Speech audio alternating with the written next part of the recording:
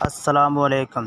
اس video میں آپ کے ساتھ دو واقعات شیئر کروں گا، تو شروع کرتے ہیں۔ بسم اللہ الرحمن الرحیم۔ حضرت عطا رضی اللہ تعالیٰ عنہ فرماتے ہیں کہ مجھے یہ خبر پہنچی کہ حضرت علی رضی اللہ تعالیٰ عنہ نے فرمایا، کئی دن ایسے گزرے ہیں کہ ہمارے پاس کوئی چیز کھانے کو نہ تھی اور نہ حضور صلی اللہ علیہ وسلم کے پاس۔ میں گھر سے باہر نکلا تو مجھے راستے میں ایک دینار پڑا ہوا ملا۔ تھوڑی دیر میں سوچتا رہا کہ اسے اٹھاؤں یا نہ اٹھاؤں۔ بالآخر میں نے اسے اٹھا لیا، کیونکہ کئی دن فاقے کی وجہ سے ہم بڑی مشقت میں تھے۔ میں اسے لے کر ایک دکان پر گیا، اس کا آٹا خریدا، حضرت فاطمہ رضی اللہ تعالیٰ عنہ کے پاس لایا اور میں نے کہا کہ اسے گوندھ کر روٹی پکاؤ۔ چنانچہ وہ آٹا گوندھنے لگی۔ بھوک کی وجہ سے ان کی کمزوری کا یہ حال تھا کہ اس کی پیشانی کے بال آٹے کے برتن سے ٹکرا رہے تھے۔ پھر انہوں نے روٹی پکائی۔ پھر میں نے حضور صلی اللہ علیہ وسلم کی خدمت میں حاضر ہو کر سارا قصہ سنایا۔ آپ صلی اللہ علیہ وسلم نے فرمایا، تم اسے کھا لو، کیونکہ یہ وہ روزی ہے جو اللہ تعالیٰ نے تم کو غیبی خزانے سے عطا فرمائی ہے۔ حضرت عائشہ رضی اللہ تعالیٰ عنہ فرماتی ہیں، جب حضور صلی اللہ علیہ وسلم نے ہجرت فرمائی تو آپ صلی اللہ علیہ وسلم نے ہمیں اور اپنی بیٹیوں کو مکہ ہی چھوڑ گئے تھے۔ جب آپ کو مدینہ میں اقرار حاصل ہو گیا تو آپ صلی اللہ علیہ وسلم نے حضرت زید بن حارثہ رضی اللہ تعالیٰ عنہ کو بھیجا اور ان کے ساتھ اپنے غلام حضرت ابو رفیع رضی اللہ تعالیٰ عنہ کو بھیجا، اور ان دونوں کو 2 اونٹ اور حضرت ابوبکر سے لے کر 500 درہم اس لیے دیے تھے کہ ضرورت پڑے تو ان سے سواری کے جانور خرید لیں، اور ان دونوں کے ساتھ حضرت ابوبکر رضی اللہ تعالیٰ عنہ اور حضرت عبداللہ بن ارقیہ رضی اللہ تعالیٰ عنہ کو 2 یا 3 اونٹ دے کر بھیجا۔ حضرت عبداللہ بن ابوبکر رضی اللہ تعالیٰ عنہ کو خط لکھا کہ میری والدہ رومان رضی اللہ تعالیٰ عنہ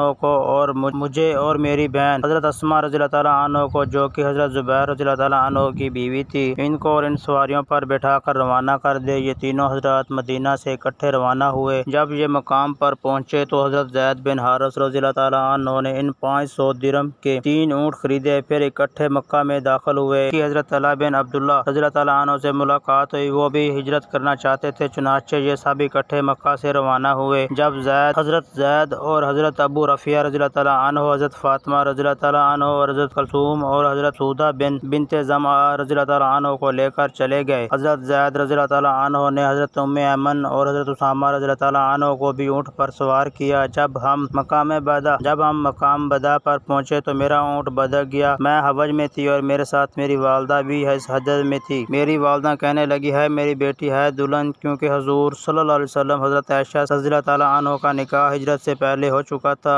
آخرکار یہ ہمارا اونٹ پکڑا گیا اور اس وقت ہرشنی گھاٹی پار کر چکا تھا۔ بہرحال اللہ تعالیٰ نے ہمیں بچا لیا۔ پھر ہم مدینہ پہنچ گئے۔ حضرت ابوبکر رضی اللہ تعالیٰ عنہ کے ہاں اتری اور حضور صلی اللہ علیہ وسلم کے گھر والے حضور صلی اللہ علیہ وسلم کے ہاں ٹھہرے۔ اس وقت حضور صلی اللہ علیہ وسلم اپنی مسجد بنا رہے تھے اور مسجد کے ارد گرد گھر تعمیر فرما رہے تھے۔ پھر ان گھروں میں اپنے گھر والوں کو ٹھہرایا۔